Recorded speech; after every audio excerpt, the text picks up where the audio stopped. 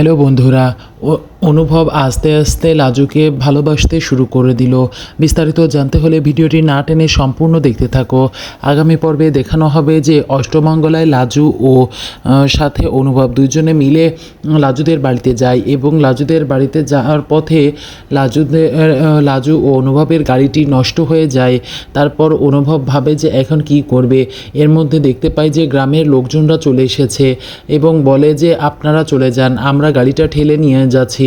তারপর দেখা যায় লাজু ও অনুভব লাজুদের বাড়িতে চলে যায় এবং সবাই গায়ের সকলে মিলে গাড়ি ঠেলে তারপর গাড়িটি লাজুদের বাড়ির পেছনের রাস্তায় নিয়ে যায়। এদিকে দেখা যায় লাজুদের বাড়িতে লাজুর বাবা মা অনেক আয়োজন করেছে, অনেক খাবার দাবারের ব্যবস্থা করেছে অষ্টমঙ্গলা হিসেবে। তারপর দেখা যায় মিষ্টি মুখ করিয়ে বরণ করে নেই অনুভবকে এবং অনুভবকে নিয়ে তারা টেনশনে পড়ে যায়। লাজুর বাবা ও লাজুর মা আলোচনা করতে থাকে যে অনুভব কি পারবে এই বাড়িতে এসে থাকতে, কারণ সে বড়লোক বাড়ির ছেলে, সে কি এই মাটির ঘরে থাকতে পারবে, মাটির ঘরে বসে খাবার খেতে পারবে, মাটিতে বসে খেতে পারবে কিনা। ওরা তো ডাইনিং টেবিলে খায় এবং ওরা তো অনেক বড় লোক, আমাদের খাবার খেতে পারবে কিনা। তারপর দেখা যায় যে লাজুকে অনুভব বলে যে সে একটু নেটওয়ার্কের কোনো জায়গায় যেতে চায়, কারণ সে বাড়িতে ফোন দিতে চায়। তখন লাজু তাকে বাইরে বেরিয়ে নিয়ে যায়, লাজুর বান্ধবীরাও সাথে থাকে। তারপর নেটওয়ার্ক খুঁজে পাচ্ছিল না অনুভব, তখন লাজু বলে এভাবে নেটওয়ার্ক খুঁজে পাওয়া যাবে না, এই এলাকায় নেটওয়ার্ক পাওয়া যায় না, আপনার যে কয়দিন এখানে থাকবেন সে কয়দিন কারোর সাথে যোগাযোগ করা হবে না। এদিকে দেখা যায় লাজুর বাবা দৌড়ে আসে এবং বলে যে জামাই বাবা জীবন, তোমার গাড়ি ঠিক হয়ে গিয়েছে। তখন অনুভব বলে কি বলছেন।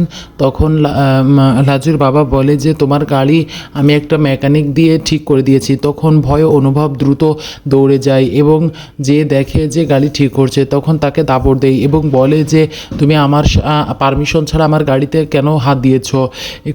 এ কথা বললে ছেলেটি বলে যে আমি আপনার গাড়ি ঠিক করে দিয়েছি, আপনি চাইলে টেস্ট করে দেখতে পারেন। তারপর দেখা যায় অনুভব গাড়িতে বসে স্টার্ট দিয়ে দেখে যে না, গাড়ি ঠিকভাবেই স্টার্ট হচ্ছে এবং সব ঠিকঠাকই আছে। তখন বাইরে বের হয়ে ধন্যবাদ জানাই অনুভব ছেলেটিকে এবং বলে তোমার কত টাকা চার্জ হয়েছে বলো, আমি দিয়ে দিচ্ছি।